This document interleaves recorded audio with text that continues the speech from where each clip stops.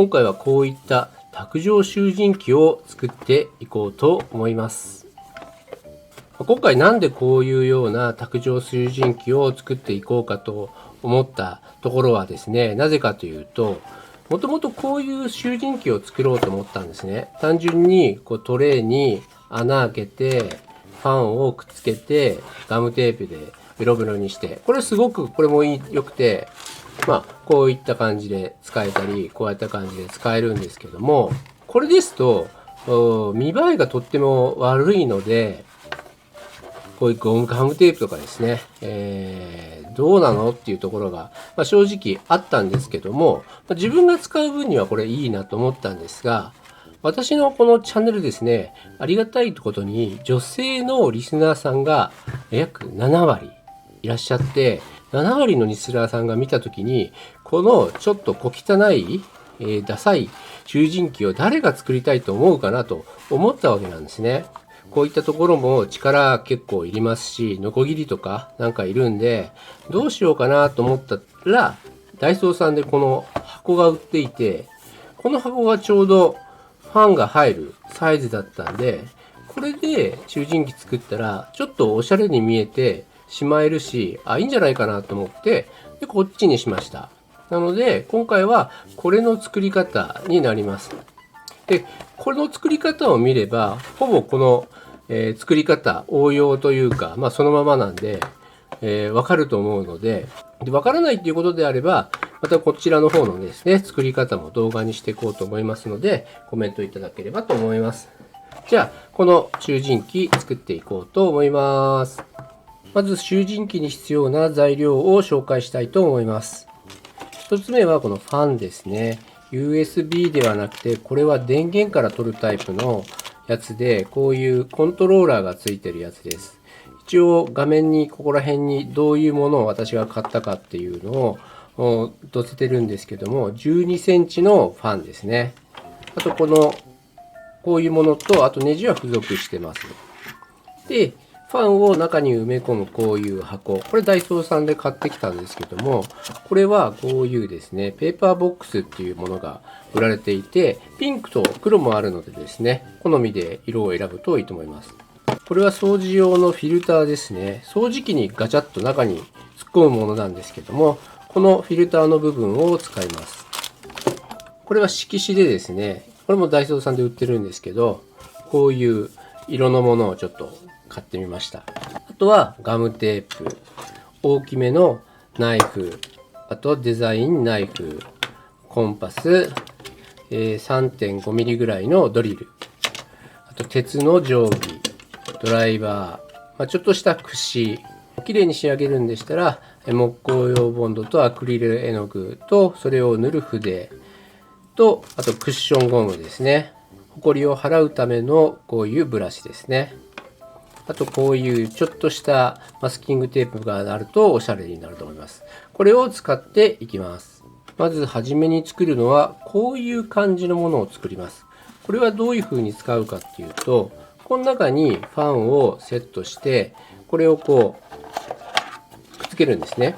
で、この上にファンを置くためのこういう板をあるんですけども、一番簡単なのはこの箱を2つ買ってここの部分を使っちゃうっていうのが一番簡単なんですけども、色ちょっとあった方が可愛いかなと思ったんで、これでですね、この今のサイズを切り出そうと思います。で、まずは採寸ですね。この幅どれくらいでしょうか。約20センチ、12.9 センチぐらいなので、ここにですね、まず四角い線を描きます。切るときこの角を使ったら少し綺麗にできるかもしれないので、この角を使っていきましょう。まず20センチ、ここら辺ですね。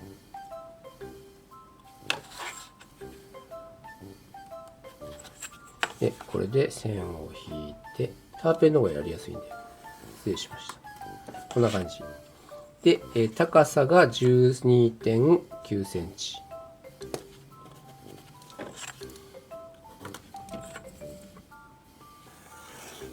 一応ここで合わせてズレがないか一応見ましょう。私はよくこれで測り間違えて全然違う形が切れちゃうっていうのがあるんで、はい、大丈夫です。そしたらですね、ここから少しだけ力を使うんですけども、カッター、こういう大きなやつがいいと思います。これでですね、この線に沿って切ります。で、切るとき、ちょっと力が入るんでですね、怪我をしないように気をつけましょう。これ優しく1回、2回、3回、こんな感じでゆっくりと何回かに分けて切ると力を入れなくても切れるので、せっかく少し安めに抑えようとしてるのに怪我をして医療費を払ったら身も蓋もないので、怪我だけは本当に注意しましょう。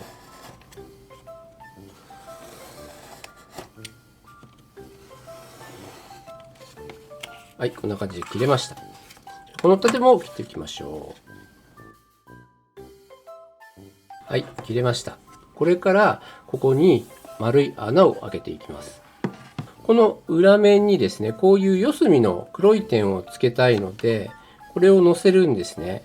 この台紙の中心にファンを配置したいので、だいたいここの中心ですと、10センチのところと13センチの真ん中ぐらいですね、に中心が来るように。なので、ここの端は少し5ミリぐらい余ると思います。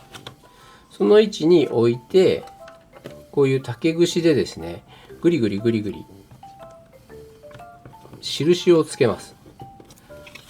そうするとここにちょっとした傷がつくんで、それを今マジックで色つけたんですね。こんな感じで分かりやすいように。ここの中心点を求めたいので、ここの線と線をシャーペンで描いて結んでバッテンを描いているというようなところです。ちょっとすいません、動画切れちゃったんでやり直してるんですけど、ここまで描けたら次はコンパスの出番です。コンパスでですね、ここに直径 8.5 センチの円を描くんですけども、直径 8.5 センチですから半径 4.25 この 8.5 っていうのがですね、絶妙なサイズで、先人の方がですねこう見つけた絶妙サイズなんです。こういう感じでコンパスで丸描きます。線が描けました。そしたらここから少しまた力仕事になりまして、この円の線に沿ってナイフで線を切り込みを入れていきます。今回ですね、定規使わないのですごい危険なんですけど、このナイフを引くんですけど、引く時にここにですね指があると、確実に怪我をする要因なので、ナイフを引く延長線の反対側に手を持っていくことをお勧めします。ただこれ力を入れづらいので、なんかゴムで押さえつけるとか、そういうのをしていくといいかもしれないですね。で、あとはちょっとずつ切る感じですね。これちょっとずつこう引いてグッグッと手首のこのスナップを効かせる感じで、本当に怪我だけは注意してやりましょう。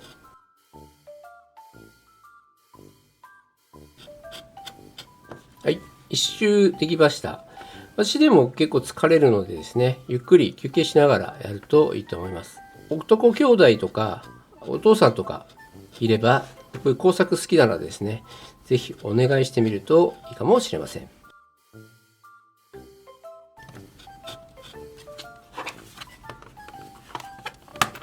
はい、こんな感じで綺麗に切れました。次はこのドリルを使います。これ 3.5 ミリのドリルなんですけど、ダイソーさんで売ってるものですね。で、ダイソーさんにこういうですね、こう付け替えできるドリルがあるんですけど、この先にこれが付けられるんで、これでやると結構楽ちんです。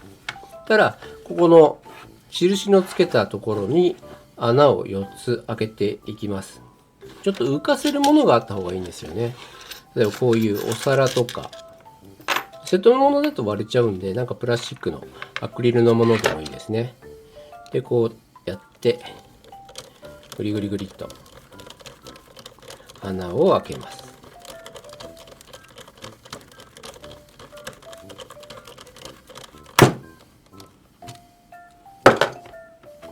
はい、穴が開きました。ゴミ入れます。とりあえずですね、4つ穴開けていこうと思います。これ多分なしでもいけんじゃないかな。力入れづらいけど、なしでもいけますね。ネジ回しは使うので、ドライバーはあった方がいいと思います。穴が開いたら、今度はこのネジが入るかっていうのと、この位置が合ってるかっていうのを確かめるんですけど、3.5 センチぐらいだとネジが入らないかな。入りづらいので、このドリルでですね、もう一回ゴリゴリやります。こんな感じで少しこの周りを削るような感じでゴリゴリゴリゴリゴリ。そうするとズルズルっと入る大きさまで開けたら OK ですね。じゃあ4つ開きました。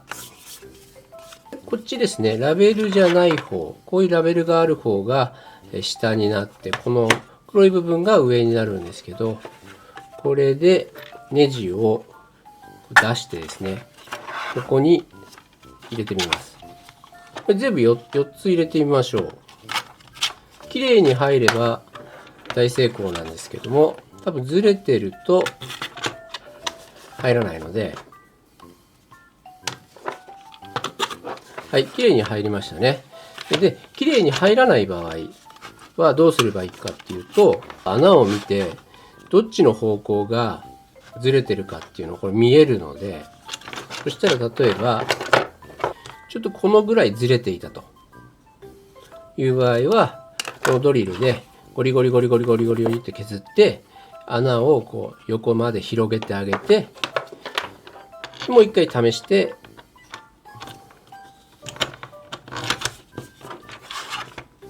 これ入るかどうかっていうのを試して、うまく入れば大成功。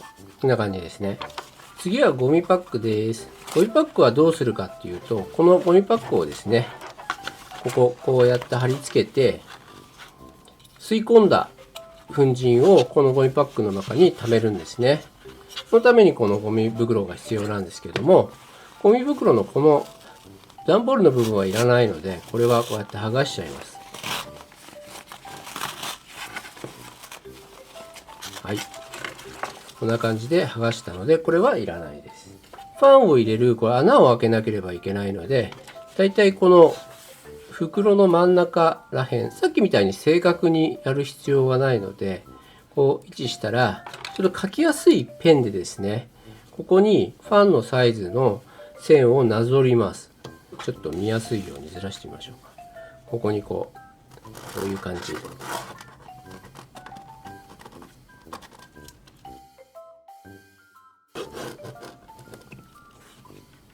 はい、こんな感じで書けましたね。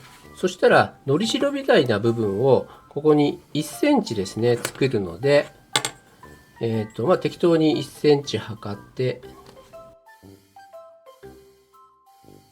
で、ここを、また線を引きます。この内側の中を切り取るので、ハサミで切っちゃいます。切るときは下のこの面とかは切らないように注意しながら、こんな感じで内側を切っていきます。はい、切れました。切れたらこの四隅もですね、この切り込み、ここの角まで軽く入れときます。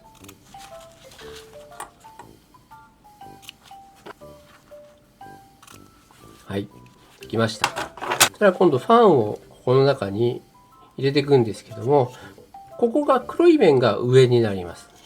このシールが貼ってあるの方が裏面になるので、これ逆さまにしないように。で、仮で入れてみましょう。この袋の中に入れて、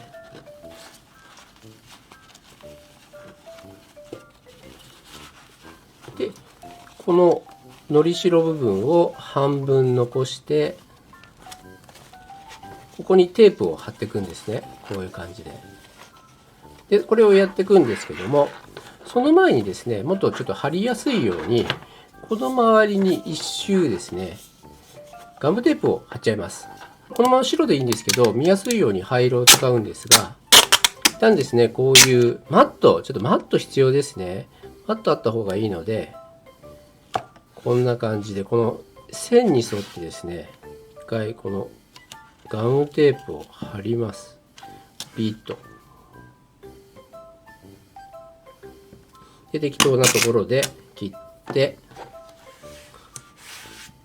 そしたら、この幅分ですね、カットするんですけど、2.4 よりちょっと、2.45 ぐらいなんですけど、2.4 ぐらいでですね、2.4 と、ついでに 4.8 ぐらいも印つけておきましょうか。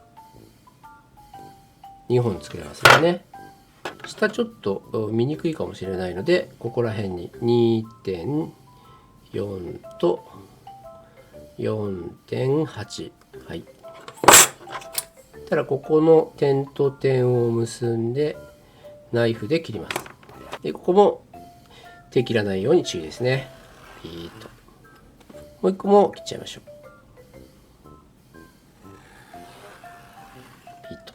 はい。そしたらこれを剥がして、ここに貼っていくんですね。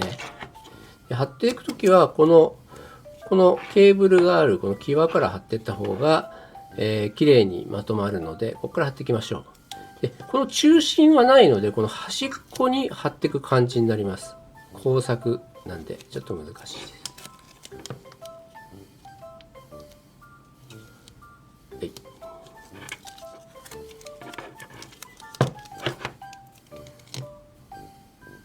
であとは引っ張ってポチッと位置を合わせてあげれば貼れるので、一回貼ればですね、楽だと思います。これもでも工作慣れしてるかで、ね、楽かどうかって決まるんで、もしかして工作が初めての人はちょっと、やりづらいかもしれないですね。はい、じゃあもう一枚剥がして続けて貼っていきます。今度こっちから貼りましょうか。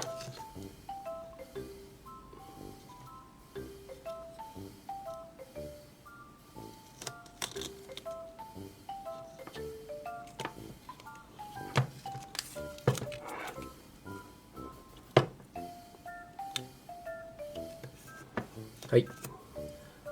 余った部分はハサミでチョキンと。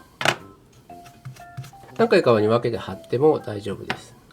あとこの線が出るところ、ここですね。ここもしっかり防ぎたいんですね。なんでかっていうと、こういう隙間があると、こう吸ったゴミがここから出てきちゃうんですね。で、出てこないようにこう隙間を埋めるためにガムテープを貼ってるんですけど、この内側ですね。こっちの内側に向けて、このままペタッと貼っちゃいます。はい。これ第一段階終了です。これができたら、この中に入れる。で、この中に入れるときは、方向注意ですね。これ上です。この黒いの上。こっち下です。もし不安でしたら、これスイッチ1回入れてみて、動かしてみると分かりやすいと思います。電源、オン。入んない。オン。そうすると、こっちから空気出てるんですね。だからこっちを上にして、こんな感じで、今、ちょうど空気膨らんでますよね。こういうような感じ。もし万が一、ファンがこういう方向でつけなければいけない時もあると思うんですよ。この同じファンを買ってない人は、もしかすると方向違うかもしれないので、それは注意が必要です。じゃあこれで、この中にとりあえず入れて、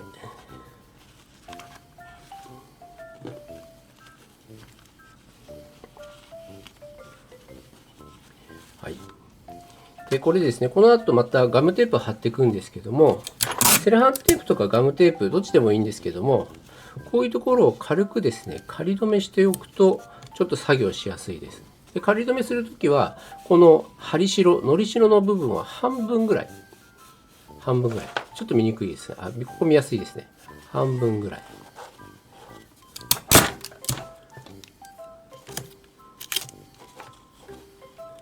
軽く仮止め。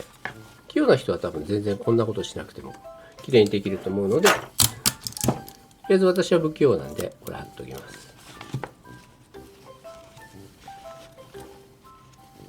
はい。これですね。そしたらまたここでですね、ガムテープを貼っていくので、さっきと同じ要領でですね、2.4 センチの幅のガムテープを作っていきましょう。これ何本くらいですかね。多分ちょっと多めに作っておいた方が良いかもしれないですね。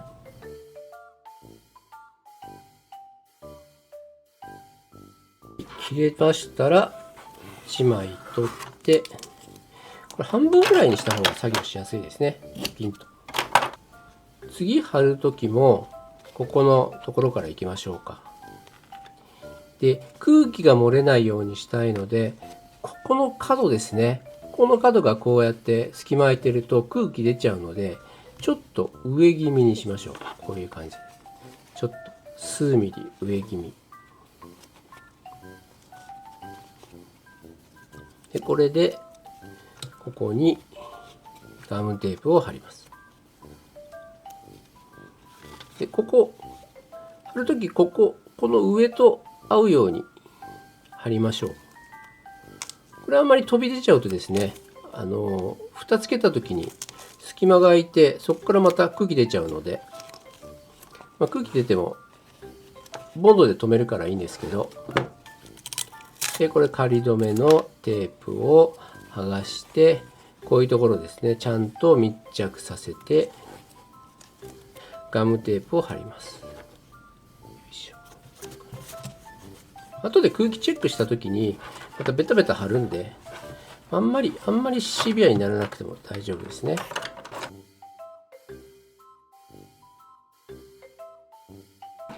なんで粉塵が出ないようにするかというと、私がジョイとアレルギーっていうのもあるんですけども、猫がですね、そのハウスダストのアレルギーっぽいんですよ。だから咳とかはやっぱりしちゃうとかわいそうなので、そういうのもですね考えて、ちょっとこういう卓上集塵機でこうホコリを出さないようにしたいなというところなんですね。最後はこっち側からやりましょう。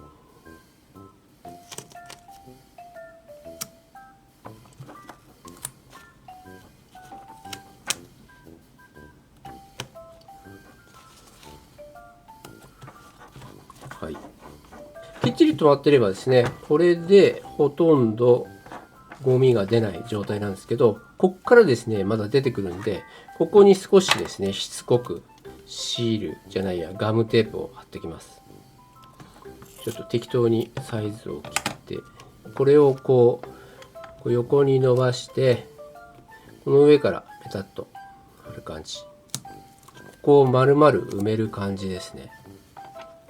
でこれだとまだこっから出てくる可能性があるんで、もう一個ですねテープを用意して、で今度ここに貼るんでしたら、ここに少し切り込みを入れます。そしたらこの切り込みの間にこれですね、こう通して、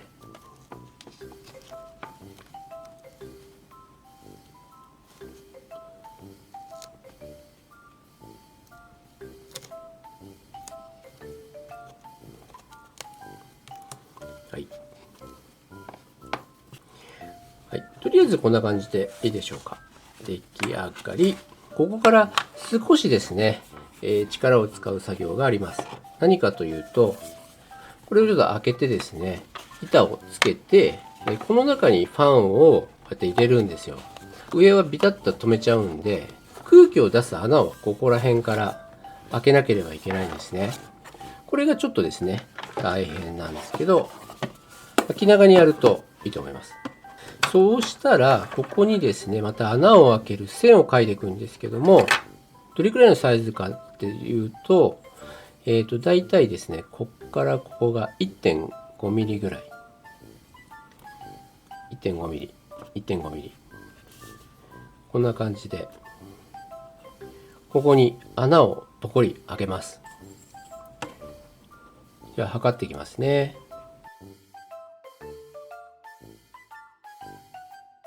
はい。で、これを一回線を引きましょう。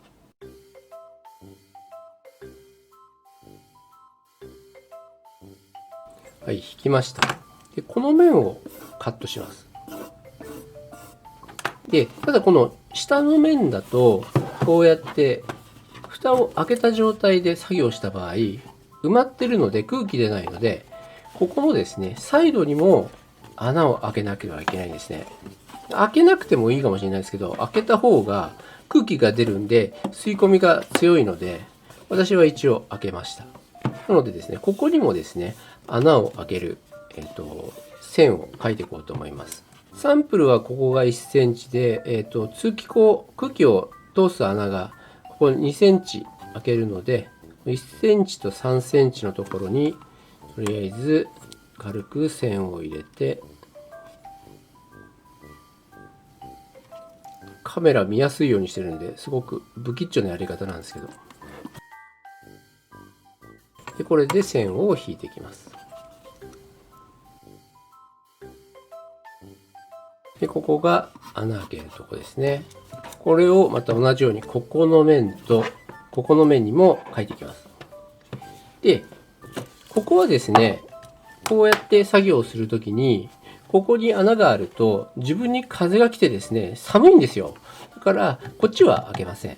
残りこの面とこの面にも線を引いていこうと思います。背面だけですね、ここに少し柱を残しておかないと、ちょっと上から押さえつけた時に潰れちゃうかもしれないので、この半分ぐらいにですね、2センチぐらいの柱を残しておきます。なので、ここにちょっと線を描きますね。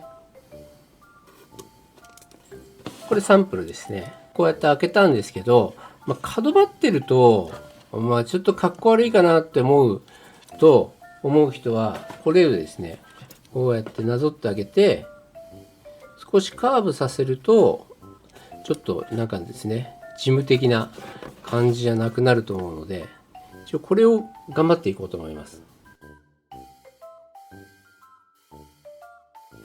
はい、書きました。下は見ないからいいかなと思います。じゃあ今度はですね、これをですね、こう切っていきます。ここが一番大変だと思うので、これはですね、ゆっくりやりましょう。じゃあまずここを例にカットしてみますね。で、ここもナイフで手を切らないように要注意です。ゆっくり、ゆっくり、ゆっくりですね。で、ここも手はこっちに添えない。こっちですね。反対側に添えて、くるーっと、くるーっと、くるーっと。手をこっちに持ってきがちなんですけど、徹底しましょう。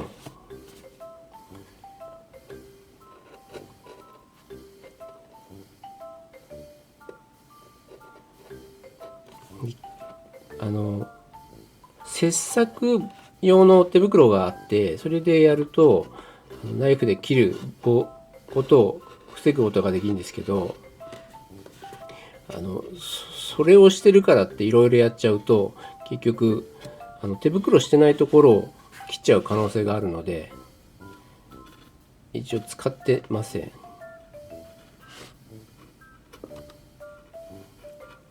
これで1周切ったんで、これをですね、何回か繰り返して穴を開けていきます。多分4周か5周、ちょっと力の弱い方は6周ぐらいする必要あるかもしれないんですが、ちょっと気長にですね、カットしていきましょう。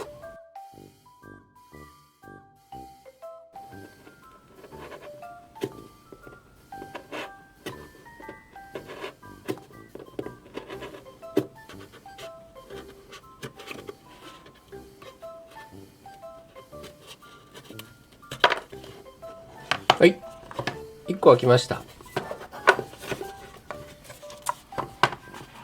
こんな感じ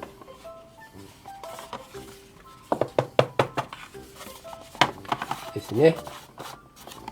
1個そうですね。力を入れるのでだいたい5分から10分ぐらいでしょうか。こことここら辺は同じなんで、ここも開けていきましょうか。こういうところも気をつけなければいけないのは、こうやってこういうふうにね、後ろに手入れて力入れてサクッて切っちゃうっていうこともあるので、こういうところも十分注意して作業しましょう。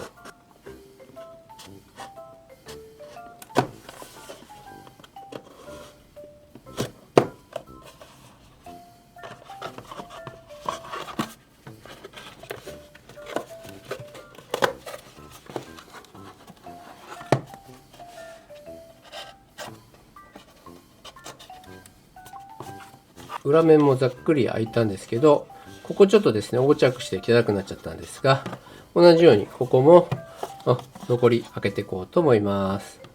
はい、一旦全部開きました。結構力使うので、ここで嫌になっちゃう人いるかもしれないですね。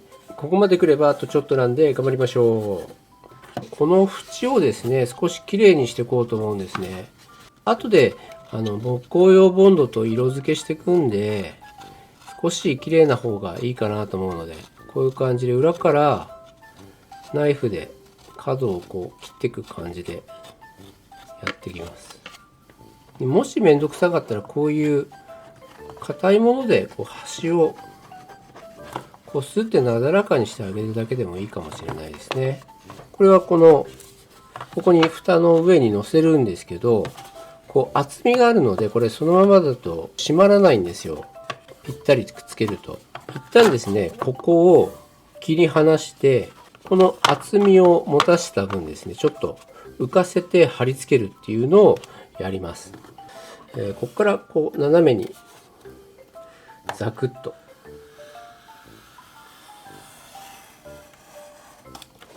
こんな感じでここが切れる感じ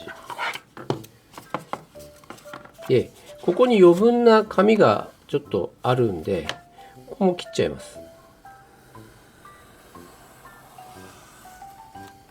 はい、するとこうやって感じで分離されるんですけども、これがこう乗ってこうやった時にもちゃんと閉じる必要があるわけなんですね。ここに一回乗せて、きちんと乗せて、これも乗せて、こっち側にシールを貼ります。シールじゃない、ガムテープ。すぐ間違えちゃう。ここはしっかり留めたいので、ガムテープかもしくはもう少ししっかりしたテープがあれば、白のテープがあればいいんですけど、私はちょっとガムテープを使います。これも同じようにここにピタッとガムテープを一旦貼り付けて、必要な幅を切っていきます。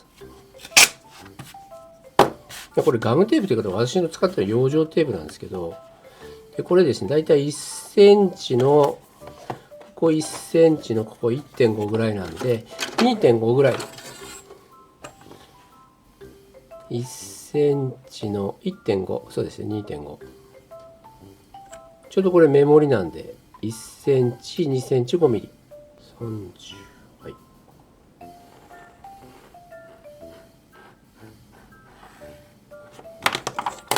はい、切ったら剥がしてきれいにちゃんと揃えてからですね、1センチぐらい、1センチぐらいこう貼り付けて、このまま裏面にキュッと、余分なのは後で切るんで、でこれをまた剥がして、これくっついちゃってるんですけど、これ取れますから、ここにもですね裏面にも、テープを貼ります。なので、裏面は2センチくらいでいいですね。このまま残りのテープ全部貼っちゃってもいいんですけど、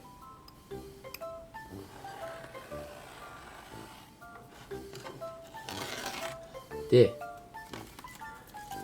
ここは裏のですね、長さを測りましょう。だいたい 19.5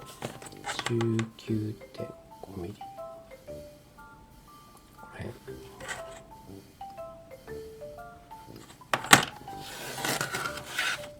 これこの内側に貼るんですけど、内側に貼り付けるとき、こっち側はまだ貼り付けないで、この内側だけに貼り付けて、でここの中に押し込みたいんですよね、テープを。竹の棒でこの溝にですね、ぴったりこうはわせたいんですよ。これこんな感じでピタッとはわせたら、この上にこう貼り付けると。でここくぼみますよね。このくぼんだ分はこの板がカチッとはまる部分なんで、はい、こんな感じで板があっても綺麗に蓋が閉まるようになりましたよね。余った部分はカット。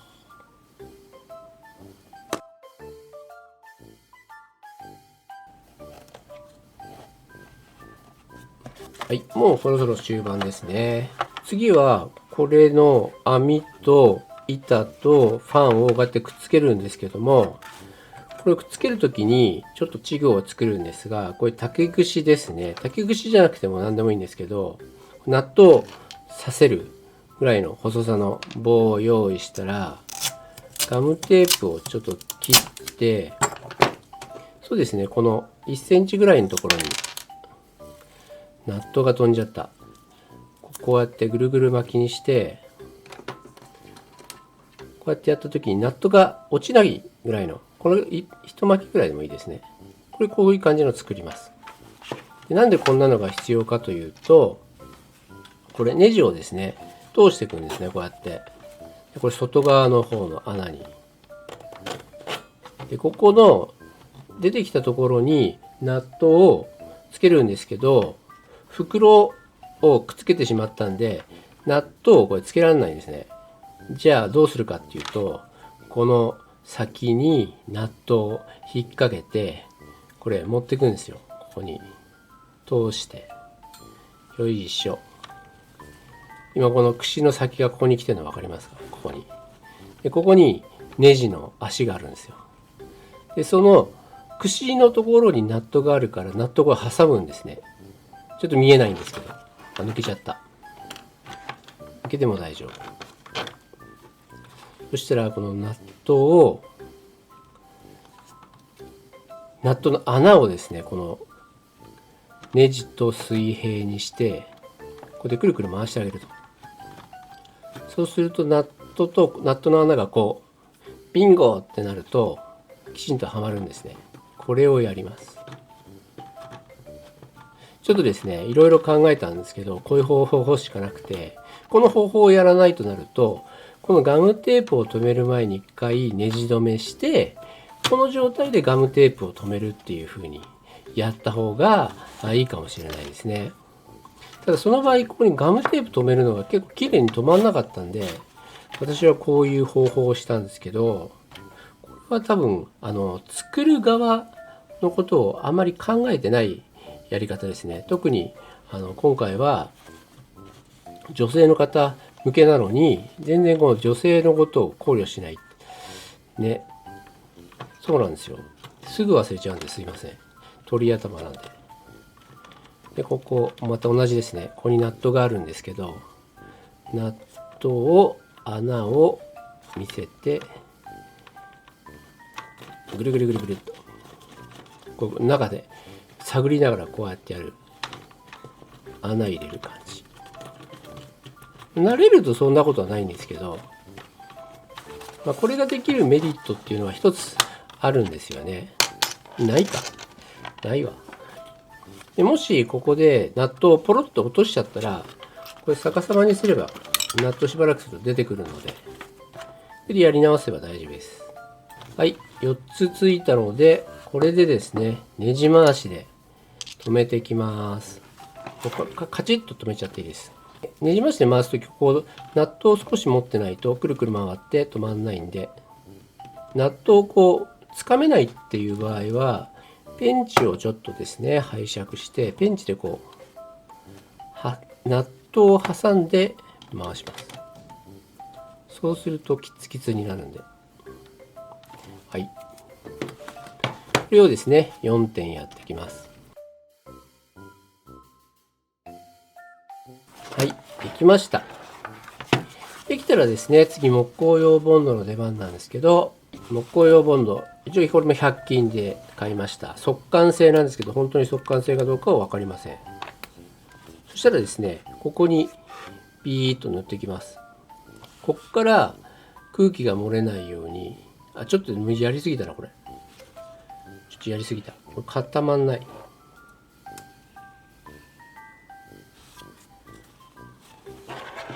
これじゃ時間かかっちゃうじゃん。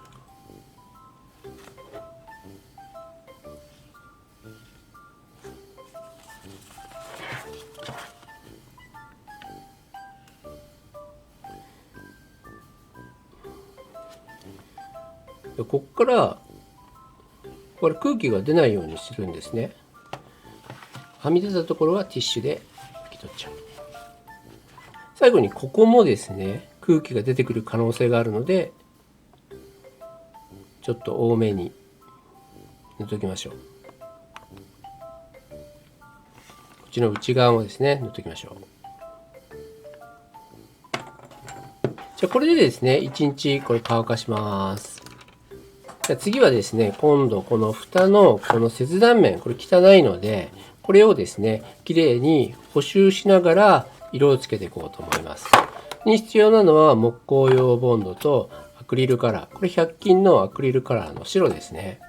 これを用意します。あと少しの水ですね。結構使うのでいっぱい出します。このぐらいでいいですかね。で同じぐらいアクリル絵の具も出します。これで足りるか、足りなきゃ他の絵の具使えばいいか。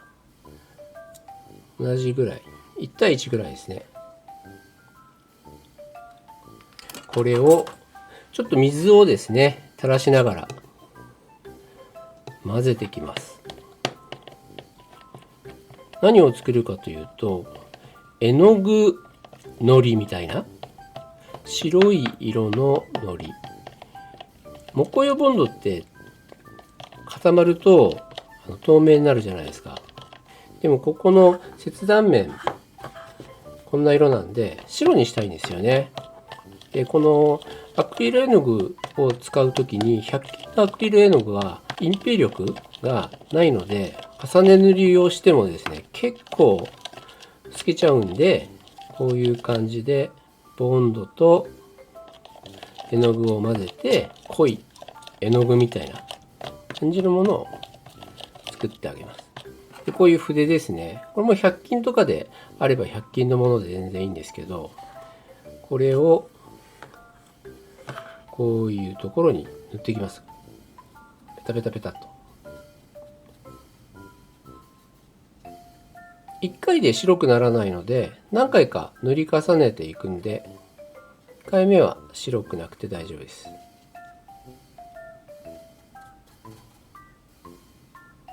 で木工用ボンドを混ぜてるんで、ちょっと剥がれたところもくっつくのでですね、一緒にそのくっつける作業もやっちゃいます。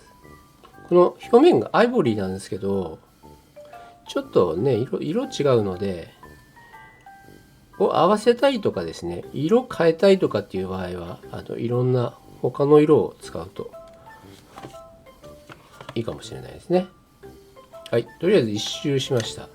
そしたらこの枠ではみ出てるところそのまま固まっちゃうんで、こういうものでですねへりを少しなでてあげると取れるんで、あとティッシュで取ってあげてもいいですね。裏もここですね、こういう剥げたところちょっと塗ってあげて、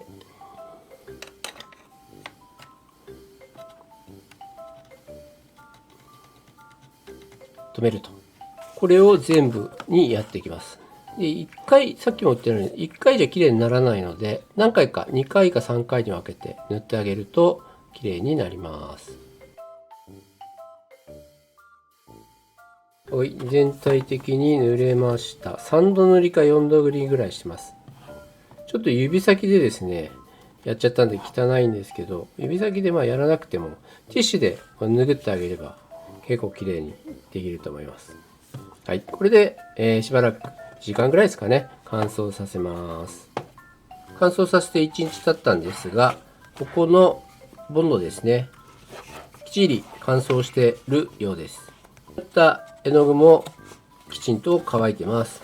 でもうほとんど終わりなんですけど、最後のテストでこれをですね、こうやってセットをしまして、でここから電気を出して、一回閉まるか。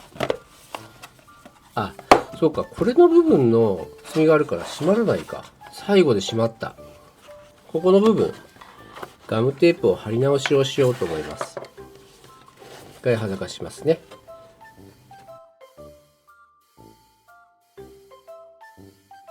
剥がしました。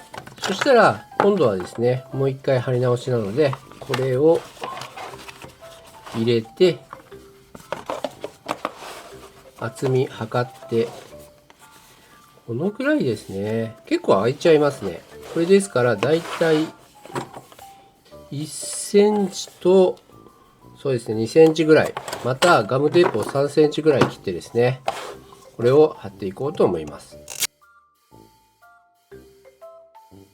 1センチぐらいのところに貼り付けて、でそのまま位置をここずれないようにして、この下にこんな感じで貼り付けると。でこれを取り出して、このぐらいですね、長さに切って、これを裏側に貼っていくと。奥から貼った方がいいかな。でこの後ここ、はい。で最後この端っこはカット。はい。これでこれが蓋が閉まると思うんですよ。はい、閉まりました。で、電気つけて一回削って、空気の抜け穴がないかっていうのを一回調べた方がいいんですけど、一回これで電気つけてこう削るんですね。削ると穴が開いてるところ、例えばこういうところに隙間があると、ここに削りカスが溜まったり、こういうところに削りカスが出てくる場合があるんですよ。それをチェックします。そうですね、白とか黒とか分かりやすい、そういうプラスチックとかそういったものを削るといいんですけど、ちょっとやってみましょうか。これ5A1ですね。で全開にしてこれをしばらく削ってます。はい、1分ぐらい削ってみました。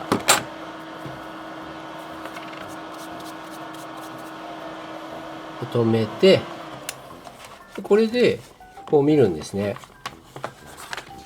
この縁とかこういったところから、こういう隙間、貼ったところの隙間ですね、出てないか。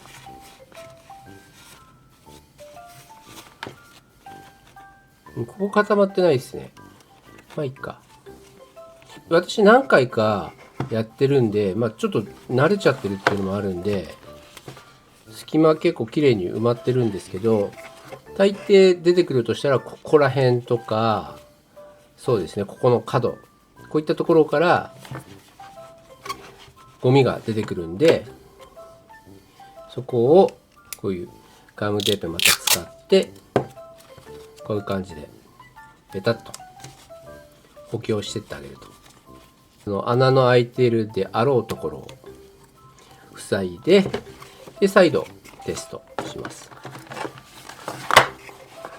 これを繰り返して全部穴が埋まったらほぼ完成ですね。で最後にこのクッションゴムをつけようと思います。これも100均で買ったんですけど、ダイソーさんですね。これ逆さまにして、ここにちょっと高さを持たせてあげると、下からも空気がこの隙間から出るので、よりこう吸引力っていうんですかがちょっとだけアップすると思うんですね。待ってもしょうがないんでいっぱいつけちゃいますね。ファンの部分はこういう使い方をするんであれば、そのままでも全然大丈夫ですね。ちょっとずれてしまうところはあるんですけども、あとこういう使い方をするんであれば、ちょっとここ止めた方がいいかもしれないんですが、結構ぴったり作ってあるので、倒れてこないので、それのままでもいいかもしれないですね。ちょっとおしゃれにするのに、こうマスキングテープとか貼ったらどうかなとか思ったんですけども、私のセンスですと、ここに1本貼って、ここに1本貼るぐらいが限界かなと。あとは貼りすぎると大抵失敗するので、このぐらいでやめていこうかなと。こういったところもですね、臭いものには蓋をすると。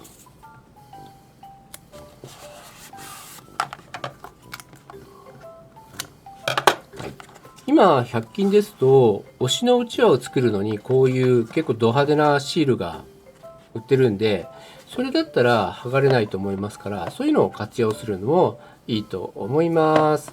はい、それでは完成です。こんな感じでした。はい。これが本当に最後になるんですけれども、ポイントとかですね、使い方を説明していこうと思います。こういう卓上集塵機って結構ハンディのタイプって売ってるんですよ。安いやつだと4000円ぐらいで売ってるんですけども、結構こう業務用で大きくてですね、うるさいんですね。これはですね、とっても静かです。調節できるので、今これ半分ぐらいの回転数なんですけど、これマックスのした時の音。よくその紹介動画ですとテレビの音が聞こえないぐらいうるさいとかあるんですが、全然うるさくないですね。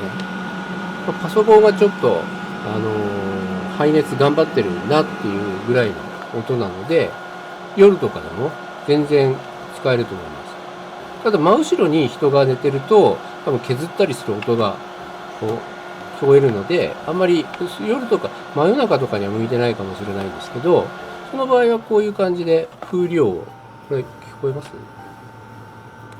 半分ぐらいにしたんですけど、ほとんどそよそよそよっていう音だけなんで、これでも多分十分吸えるんですね。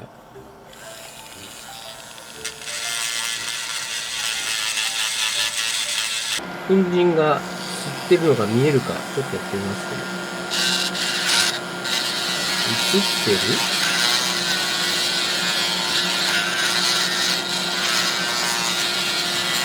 映ってます？かなり削りカスが出てゴミ吸ってるので、見えますかね。こういう手についてしまうものは掃除機みたいな吸い込みする力はないので、これもやっぱり吸わないんですよね。ここら辺に飛び散る削りカスはほぼ吸ってくれるので、テーブルの上とかこうカメラが撮ってるとカメラにゴミが乗るっていうことがもうなくなりました。これ半分のスピードでやってもほとんど変わらないですね。あとこの円の部分を切り抜くときに、8.5 センチがいいんですよっていう話をしたと思うんですけども、このですね、大きさをもう少し9センチぐらいにしてしまうと、ここの周りの隙間からこう吹き返しといって、この中心は吸うんですけど、その吸った空気がまた出るところがなくてですね、この周りから出てきちゃうっていう、ことが起きるんですね。そうするとこれでこう削ってっても、ここら辺の吹き返しがあるとここから空気が出てるんで、またゴミが舞っちゃうっていう悪循環があるんですけども、この 8.5 っていうのは吹き返しがないちょうどいいサイズで、参考にさせていただく方には本当に感謝でございます。あと使い方としてはこれですね。こういう形の置き方。この方が手元が低くてですね、やりやすいんですけど、削る内容によって使いやすい方を選べばいいと思うので、こんな感じでも使えます。先ほどの方向でもこの方向でもですね、削るものによってはポンポンポンポンポンポンゴミカスが飛ぶので、それをですね、防止するっていうと、ちょっと止めます。100均にですね、こういうアクリルのですね、ディスプレイスタンドみたいなのっていうのが売ってるんですよ。でこれがちょうどですね、いいサイズで、こういう感じで、手元も見えて、こういうディスプレイスタンドをガードにすると、ゴミがさらに飛び散らないんで、これがおすすめです。一番最初の作成するアイテムにはないんですね。これいらないんで、もしこの飛び散りが気になるんだったら、このディスプレイスタンドですね、このサイズ。これもダイソーさんで買ったので、これがあるといいと思います。はい。でどうしても手にですね、粉塵がついたり、ここのファンガードについてしまうものは、こういう化粧用のブラシで開けてですね、洗ってあげれば綺麗になります。はい。予想以上に動画が長くなってしまって、本当に恐縮なんですけども、この形の集塵機ですね、本当綺麗なので、机に置いといてもですね、全く集塵機っていう雰囲気がないので、いいんじゃないかなと、私は思っております。ただですね、こういったところが、あんまちょっと見栄え的に良くないのと、あと作るのに結構手間がかかるので、また簡単な集塵機も作ろうと思いますので、また動画ができたらアップしようと思います。今回も動画をご視聴くださいまして誠にありがとうございました。次の動画でお会いしましょう。それではまたね。バイバーイ。